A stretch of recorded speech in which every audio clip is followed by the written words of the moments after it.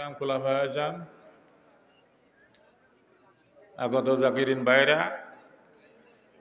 ও পর্দার আড়ালের মা ও বোনেরা, আসসালামু আলাইকুম ওয়া রাহমাতুল্লাহি ওয়া বারাকাতুহু।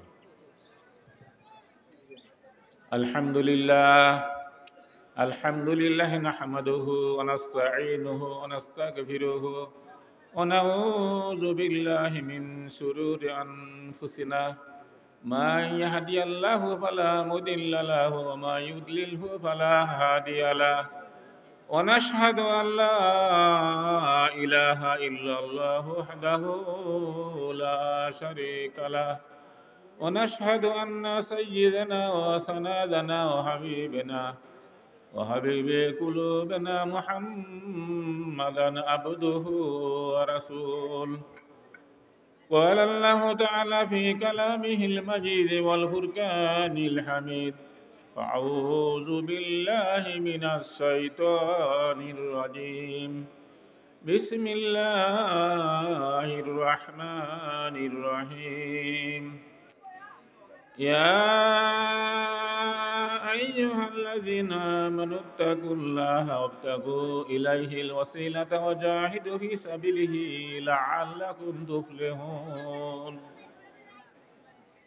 وقال تعالى: إن الله وملائكته يصلون على النبي يا أيها الذين آمنوا صلوا عليه وسلموا تسليما. اللهم صل على سيدنا مولانا محمد وعلى آل سيدنا مولانا محمد. কঠিন হাসর দিনে পাপীদের ধরাইতে,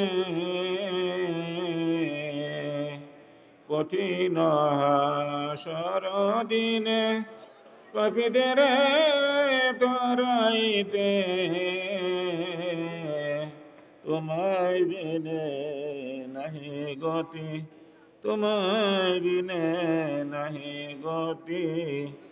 মুহাম্মদ ইয়া রাসূলুল্লাহ। আল্লাহুম্মা সাল্লি আলা সাইয়্যিদিনা মাওলানা মুহাম্মদ ওয়া আলা আলি সাইয়্যিদিনা মাওলানা মুহাম্মদ। مشرق حب محمد مطلع دیوان مان، مطلع خورشید عشق سینہ سوجان مان. اللهم صل على سيدنا مولانا محمد وعلى آل سيدنا مولانا محمد.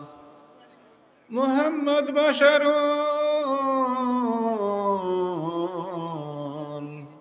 ليس كالبشر بل هو يقوتة الناس كالحجر.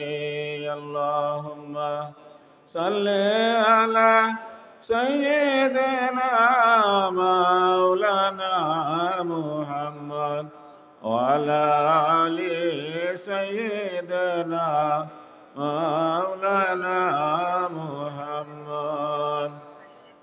আল্লাহ আল্লাহ কি মজাদার নাম হায়, আল্লাহ আল্লাহ মুমিনু কা কাম হায়. আল্লাহুম্মা সাল্লি আলা সাইয়্যিদিনা মাওলানা মুহাম্মদ ওয়া আলা আলি সাইয়্যিদিনা মাওলানা মুহাম্মদ. মান্না গুঞ্জাম দরজে মনে আসমা লিখে গুঞ্জাম দর কুলুবে মুমিনান. আল্লাহুম্মা সাল্লি আলা সাইয়্যিদিনা মাওলানা মুহাম্মদ ওয়া আলা আলি সাইয়্যিদিনা মাওলানা মুহাম্মদ ওয়া মুহাম্মাদুনা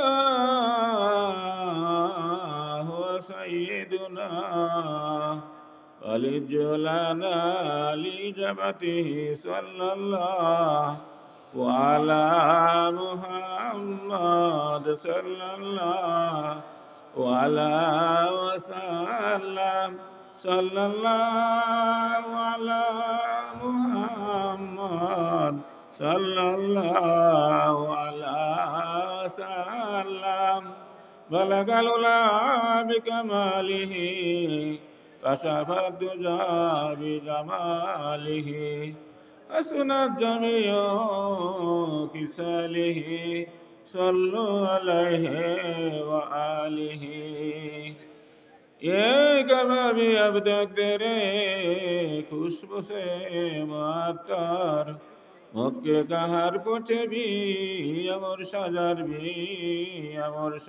भी بلغ العلا بكماله كشف الدجى بجماله حسنت جميع خصاله صلوا عليه وآله আমরা আল্লাহ পাকের বান্দা, এটা আমাদের কাজ। আর বندگی করার জন্য আল্লাহ পাক আমাদেরকে দুনিয়াতে প্রেরণ করেছেন।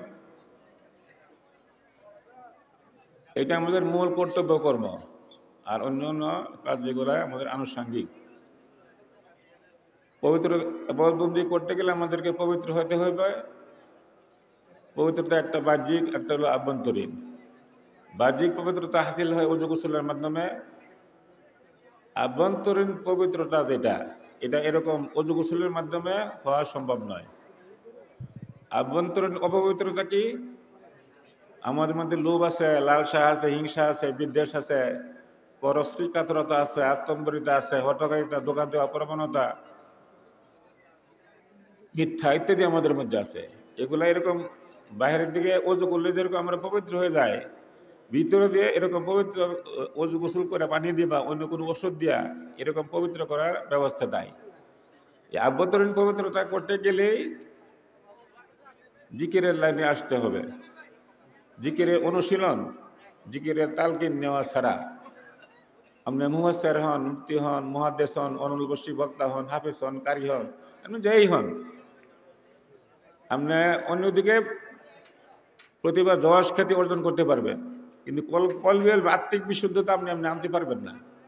এই আত্মিক বিশুদ্ধতা আনতে গেলে তরিকা রাস্তায় আসতে হবে, যে গুরু তরিকায় হক তরিকায় দাখিল হয়ে এই সুলুক মশক করতে হবে, এটা আদায় করতে হবে। এছাড়া আপনি পারবেন না। অনেকে আলেমদের বাড়িতে বর্তমানে অনেক আলেমরা বাড়িতে স্বীকার করেন না, তরিকা স্বীকার করেন না, এটা ভুয়া, এটা ফালতু। এরকম ছেলেপেলেরা যারা গ্লোবাল এতে নেটে সংযুক্ত আছে, তারা তো এটাই দেখে যে আলেমুলামারা বলে তরিকা দরকার নাই, পীর মাশাক দরকার নাই, যেগুলো দরকার নাই। কোরআন তো উঠা যায় না, কোরআন তো আছে। আল্লাহ পাক কোরআন পাকে সূরা আল মায়েদার 35 নম্বর আয়াতে বলছেন, ইয়া আইয়ুহাল্লাযিনা আমানু আবতাগু ইলাইহিল ওয়াসিলা ওয়া জাহিদু ফি সাবিলিহি লাআল্লাকুম তুফলিহুন। হে ঈমানদার, আল্লাহকে ভয় করো, আল্লাহকে পাওয়ার জন্য উসিলা তালাশ করো, সেই পথে মুজাহাদা করো যেন সফলতা অর্জন করতে পারো। এখানে উসিলা শব্দের অর্থ কেউ কেউ নেক আমল, কেউ কেউ নামাজ, অন্য কিছু তাবিল করেন। কিন্তু তাফসিরে রুহুল বায়ানে উসিলা শব্দের ব্যাখ্যা বলছে, আল উসুলু লা ইহাসিলু ইল্লা বি ওয়াসিলাতে ওহিয়া উলামা হকিকত ও মাশাইখুত তরিকত। এখানে উসিলা হইল উলামা হকিকত, মাশাইখুত তরিকত। তাফসিরে রুহুল বায়ানে যদি বলে, রুহুল মায়ানে বলে, এখনকার আজকালকার বানানো তাফসির কত আগের যুগে যারা জগৎ বিখ্যাত, এখানে বলছেন যে উসিলা হইল পীর মাশায়েখ, তাদের শরণাপন্ন অবশ্যই আমাদের হওয়া লাগবে। আমাদের বিশ্বাসটা ঠিক করতে হবে। দিনের কাজ বোঝা কঠিন, করা সহজ। দুনিয়ার কাজ বোঝা সহজ কিন্তু করা কঠিন। দিনের আগে বুঝটা ঠিক করতে হবে আপনার। বুঝটা যদি দিনের মধ্যে সহি হয়, বিশ্বাস ঠিক হয়, তাহলে আমরা আমল করতে সময় লাগবে না। এর মনে করেন যে আসর, জোহর, মাগরিব, এশা, এই 5 ওয়াক্ত নামাজ, টোটাল নামাজ পড়তে কত মিনিট সময় লাগে, কিন্তু আমরা সবাই কি নামাজ পড়তে পারছি? এই যে আমাদের এই মহল্লা, এই এলাকায় মনে করেন নামাজ কি সবাই পড়তে পারছি? দুনিয়ার কাজ মনে করেন যে একটা জমিতে ধান কাটতে হবে, 5 জন কামলা লাগবে, 500 কোটি টাকা রোজ, 5 জনে 2500 টাকা। বুঝা পারিলাম, কিন্তু এটা সহজে করা যাবে না, একদিন সময় লাগবে। এই যে দিনের কাজ বোঝা কঠিন, করা সহজ। আর দুনিয়ার কাজ বোঝা সহজ, করা কঠিন। দিনের বুঝটা আগে সই বুঝটা আমাদের আসতে হবে। বুঝটা আসে না বললে আমরা এই যে তরিকা, আমরা কেউ কাজ কম করি, কেউ বেশি করি, কেউ তরিকা আঁকড়ায় ধরছি, কেউ ধরতে পারি না। এর কারণটা হইলো বুঝটাই আমাদের সহি ঠিক মতো আমাদের হয় নাই।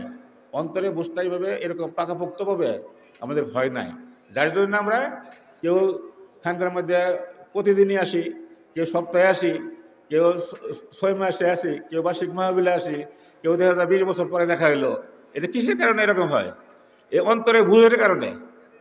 অন্তরে বুঝ যদি আমাদের ঠিক না হয়, তাহলে এই জন্য আমাদের এই অবস্থা। আমাদের বুঝটা ঠিক করতে হবে। কোরআন শরীফে বহু জায়গায় এই ব্যাপারে তাগিদ দেওয়া আছে। আল্লাযিনা জাহাদু ফিনা লানা ইয়াহদিম সুবুরানা ইন্নাল্লাহা লা মাআল মুহসিনিন। যাদেরকে আল্লাহকে পাওয়ার জন্য যারা মুজাহাদা করবে, চেষ্টা করবে, আল্লাহকে পাওয়ার যত রাস্তা আছে সমস্ত রাস্তা আল্লাহ পাক বলছেন তার জন্য খুলে দিবেন। এবং তারা মুহসিন বান্দাদের সাথে তারা থাকবে, মুহসিন বান্দারা তাদের সাথী হয়ে যাবে। এই জন্য দিনের পথে মুজাহাদা করতে হলে আগে আমাদের বিশুদ্ধ ঈমান আকীদা দরকার। ঈমান আকীদা সঠিক হইলে পরে আপনি আমল করতে পারবেন। এলেম অর্জন করা লাগবে, তারপরে আমল করা লাগবে। আমল করার পরে যে জিনিসটা খুলুসিয়াত, ইখলাস। আজকের মাহফিল এটা অন্যান্য মাহফিলের মতো মাহফিল না, ইখলাস অর্জনের মাহফিল, খুলুসিয়াত অর্জনের জন্য মাহফিল। হাদিস শরীফ আছে ফান্নাসু কুল্লুহুম হালকা ইল্লাল আলিমুন ও আলিমুনা কুল্লুহুম হালকা ইল্লাল আমিলুন ও আমিলুনা কুল্লুহুম হালকা ইল্লাল মুখলিসুন অল মুখলিসুনা আলা খাতির নাজিম। সমস্ত মানুষ ধ্বংসের মধ্যে আলেম ছাড়া, আলেমরা ধ্বংসের মধ্যে আমলকারী ছাড়া, আমলকারীরা ধ্বংসের মধ্যে ইখলাস ছাড়া।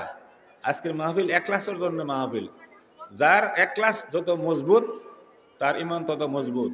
যার ইখলাস দুর্বল, ইখলাস অর্জন হয় নাই, তার ঈমান প্রথম, দ্বিতীয়, তৃতীয়, চতুর্থ, পঞ্চম, ষষ্ঠ পর্যায়ে অতিক্রম করতে পারে নাই। প্রথম পর্যায়ে ইলম আছে, ঈমান আছে। এই জন্য নারী পুরুষ সবাইকে আমাদের ঈমান আকীদা দুরস্ত করতে হবে সঠিক মতে। তারপরে ইলম অর্জন করতে হবে, ইলম করার পর যে আমল করতে হবে, আমল করার পর যে খুলুসিয়াত অর্জনের জন্য তরিকা দাখিল করে। তরিকা শুধু এমনি এমনি সূরা কালাম মাসনা চাইলে গেল এমনি শিক্ষা করা যায়, মাদ্রাসা শিক্ষা করা যায়। মাদ্রাসা শিক্ষা না হইলে আলেম বাইরের কাছে শিক্ষা করা যায়। তো আমাদের এখানে হাকিমাবাদ, এখানে কেরাত নষ্ট করার ব্যবস্থা করা হয়েছে, এখানে আরবি শিক্ষার ব্যবস্থা করা হয়েছে। এরকম ব্যবস্থা করেও শিক্ষা করা যায়, শুধু মাদ্রাসা পড়ার সুযোগ না পাইলে। বাহ্যিক এলেমটা আমরা এইভাবে শিক্ষার সুযোগ নিলাম, কিন্তু কলবে এলেমটা এইভাবে হবে না। কলবে এলেমটা শিখতে গেলে অবশ্যই আমরা যদি আকাবেরে উলামা একরাম, আল্লাহ রাসূল পরে সাহাবা একরাম, তাবিন, তাবিন, ওলিয়া উলিয়া গাউস যারা ছিলেন, যারা পরবর্তী আকাবেরে, প্রত্যেকের জীবনে তাদের শায়েখ ছিল। ইমাম আবু হানিফা রাহমাতুল্লাহ আলাইহি ওনার শায়েখ ছিল ইমাম বাকের রাদিয়াল্লাহু আনহু, যেমন জাফর সাদিক রাদিয়াল্লাহু আনহু, ইমাম শাফিঈ রাহমাতুল্লাহ আলাইহি, ইমাম শাইবানী রাহমাতুল্লাহ কাছে বয়াত হয়েছিলেন, ইমাম হাম্বল রাহমাতুল্লাহ আলাইহি, ইমাম বিশর হাফি রাহমাতুল্লাহ আলাইহি, ইমাম মালিক রাহমাতুল্লাহ আলাইহি, এরকম শায়েখ ছিল।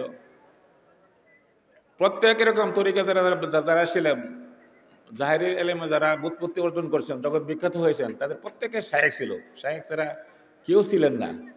এই বর্তমানে এই ফেতনাটা আমাদের এই বর্তমানে এই কিছু বছর, এই 10-20 বছর যাবত এই আলেমদের মধ্যে এই বিভক্তিটা, এই কমতিটা দেখা গেছে।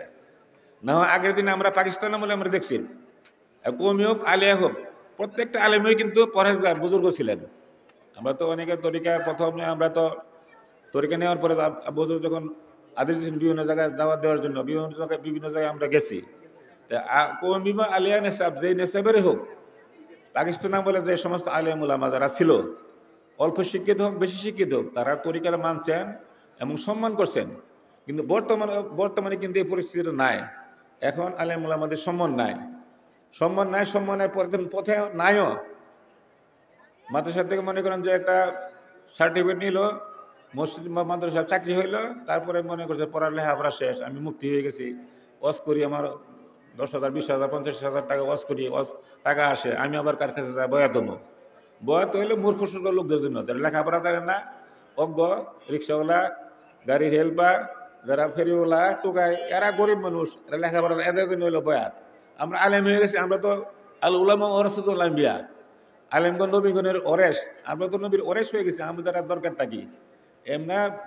এমনি আলোকিত হয়ে যাবে এই চিন্তা আমরা নিয়ে এরা এলএম থেকে, ওই কলেজ এলএম থেকে দূরে সরে রয়েছে, যার জন্য আজকে আমাদের মুসলমানদের অবস্থা, আমাদের এই বাংলাদেশে, সমস্ত পৃথিবীতে আজকে মুসলমানরা লাঞ্ছিত, অবদস্থ, ঘৃণিত, পদধরিত। মুসলমানদের যে স্বর্ণযুগ ছিল মুঘল আমলে, এই পাক বরাদ স্বর্ণযুগ ছিল মুঘল আমলে, সমস্ত রাজা বাদশারা, এমনকি বিদ্রোহীরা পর্যন্ত মুসলমানদেরকে সমীহ করে চলছে। অনেক হিন্দুরা দেখা যায় মুসলমানদের রাজা বাদশারা টুপি মাথা দিচ্ছেন, অনেক হিন্দুরাও টুপি মাথা দিচ্ছেন মুসলমানদের দেখা দেখি রাজা বাদশারা। তাদের কৃষ্টি কালচার, সামাজিক এরকম প্রভাব প্রতিপত্তি বিস্তার করছিল এত, যে তাদের এই তখন তারা প্রত্যেকেই এরকম, যারা রাজা বাদশা ছিলেন খাঁটি মুসলমান ছিলেন, বাদশা শাহজাহান, বাদশা আলমগীর, সবাই মুজাদ্দিয়া তরিকা বয়া ছিল। প্রত্যেক রাজা বাদশারে কোনো না কোনো বুজুর্গের সাথে লিঙ্ক ছিল, তাওল্লুক ছিল, প্রত্যেক অলি বুজুর্গদের সাথে তাওল্লুক ছাড়া কেউ ছিলেন না। এই জন্য তাদের মর্যাদা। আজকে আমরা যারা ক্ষমতায় আসি বা ক্ষমতা যাব, এই অলি আল্লাহদের সাথে তাওল্লুক নাই বলে এই জিনিস অস্বীকার করার জন্য আজকে মুসলমানদের নাম খারাপ মুসলমান, মনসুর মতো বাহ্যিক লেবাস শুরু, কিন্তু আসল জিনিস নাই। আর আমরা সুন্নত ছাইরা দিয়ে বেদাতের মধ্যে ঢুকছি। সুন্নত ছাইরা দিলে কোনোদিন বেদাতপন্থীরা, ইমাম গাজ্জালি রহমতুল্লাহ আলাইহি বলছেন যে বেদাতপন্থীদের সামনে 50 ফুট ওয়াল উঠে গেলে যেমন একটা লোকের যেমন ওয়ালের ও পারে কিছু দেখে না, বেদাতপন্থীদের সামনে এরকম বিরাট প্রাচীর উঠে যায়, তার আর আলোর সন্ধান আর পাবে না কোনোদিন। বেদাতপন্থীদের ভাগ্যে কোনো অলি মুর্শিদের দেখা হবে না। মা ইয়াহাদিল্লাহু মা ইউদ্দিল্লাহু ফালান তাজিদ ওয়ালিয়া মুর্শিদা, সূরা আল কাহাফের 17 নম্বর আয়াতে বলছেন, আল্লাহ পাক যাকে হেদায়েত দিবেন তারাই হেদায়েত পাবেন, আর যারা গুমরাহির উপর প্রতিষ্ঠিত থাকবে তাদের ভাগ্যে কোনো অলি মুর্শিদের দেখা হবে না। কোনো দিন অলি মুর্শিদের দেখা তাদের হবে না। দেখেন, খেয়াল করে, এখানে এই বইগড় এলাকা, অন্যান্য এই এলাকা তো অনেক মানুষ আছেন, এই মাহফিল কয়জন দেখেন, তরিকার লোক যারা আছেন বাইরের লোকজন, কিন্তু স্থানীয় লোক কয়জন? খুব কমই। গুমরাহী লোকের সাথে চললে, গুমরাহির মধ্যে থাকলে, পেশারা পীর ফকিরদের সাথে উঠা বসা করলে, শরীয়তের বাইরে চলাফেরা করলে কোনো সময় সুন্নতের উপর আমল করা যাবে না, সুন্নতের লোকের সাথে থাকাও যাবে না। সুন্নতের অনেক দাম। আল্লাহ রাসূল সাল্লাল্লাহু আলাইহি ওয়াসাল্লাম বলছেন, মান আহাব্বা সুন্নতি ফাকাদ আহাব্বানি ওয়া মান আহাব্বানি কানা মাই ফিল জান্নাহ। যে আমার সুন্নতকে ভালোবাসলো সে আমি নবীকে ভালোবাসলো এবং আমার সাথে জান্নাতে থাকবে। মান তামাসসাকা বিসুন্নতি ইনদা ফাসাদি উম্মতি ফালাহু আজরি মিয়াতু শাহিদ। আমার উম্মতের দুর্দিনে যে একটা সুন্নতকে জিন্দা করবে তাদেরকে 100 শহীদের মর্যাদা দান করা হবে। এই বায়াত প্রথাটা, আমাদের তরিকায় বায়াত প্রথাটা চালু আছে, অন্যান্য তরিকায় বায়াত প্রথা উঠে গেছে, বায়াত নাই।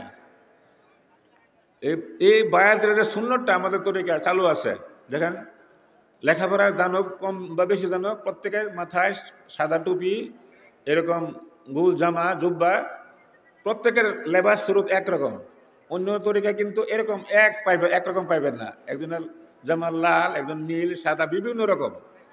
এই এত্তেবার কারণে, শায়েকের এত্তেবার কারণে সবার স্রোত, হানাফি শায়েকে গেলে সবার স্রোত এক হয়ে যাবে। কিন্তু অন্যান্য তরিকা স্কুল বা কলেজ বা মাদ্রাসায় যান, এরকম মাদ্রাসায় এরকম এত্তেবা করা হয় না, অনুসরণ করে না, ক্লাস যতক্ষণ ততক্ষণ, এরপরে আর নাই। তরিকার মধ্যে এখানে আইসা এই যেহেতু সুলুক মাকাম পারাইতে হয়, হানাফি শায়েক পারাইলে শায়েকের অনুসরণ করতে হবে, জামা, দাড়ি, টুপি, লেবা, সুরুত, এরা ওরকম হুবহু অনুসরণ করতে হবে। না করতে পারলে আপনার মাকাম আগাইতে পারবেন না। কবি শেখ সাদির রহমতুল্লাহ আল্লাহ বলেন, বা শাকালে শায়াকে দিদাম মুস্তুফারা, না দিদাম মুস্তুফারা বালকে খুদারা। তুমি যদি আল্লাহকে পাইতে চাও তাহলে তোমার শায়েককে ভালো করে দেখো, শায়েককে ভালো করে দেখো, তাহলে তো একসময় আল্লাহ রসুলকে দেখতে পাইবে, এবং আল্লাহ রসুলকে দেখতে পাইলে একসময় আল্লাহকে দেখতে পাইবে। কত সুন্দর কথা। শায়েককে অনুসরণ করতে ভালো করে দেখো, শায়েককে ভালো করে দেখো, শায়েককে ভালো করে অনুসরণ করো, তাহলে এক সময় আল্লাহ রসুলকে তুমি দেখতে পাইবে। আল্লাহ রসুল দেখতে পাইলে আল্লাহকেই এক সময় দেখতে পাইবে। এই জন্য আমরা যারা তরিকায় বায়াত হয়েছি, যারা শায়েককে আমরা চুম্বকের মতো শায়েকের সাথে লাগে থাকি, শায়েকের ছোট বড় যত কর্ম আছে সমস্ত পুঙ্খানুপুঙ্খকে আমরা অনুসরণ করি, এবং অন্তরের মহব্বত যেন কোনোভাবে না কমে। অন্তরের মহব্বত এবং সাহেবের শরীয়ত দুইটা জিনিস যদি ঠিক থাকে, তাহলে তরিকার আমলের মধ্যে ত্রুটি হইলেও এক সময় উদ্ধার পাওয়া যাবেন। মুক্তবা শরীফের কথা, আমার সময় যেহেতু কাগজ হাতে ধরাই দিছে, ওদের আমার আর অবকাশ নাই। ওয়াখির দাওয়ানা আনিল হামদুলিল্লাহি রাব্বিল আলামিন ওয়া আলা নিল বালাক। আসসালামু আলাইকুম ওয়া রাহমাতুল্লাহি ওয়া বারাকাতুহু।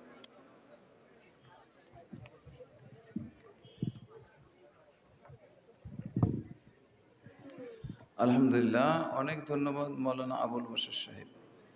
উনি অনেক মূল্যবান আলোচনা করেছেন, আরও সময় দিলে আরও করতেন, কিন্তু আসলে সময় কম আমাদের।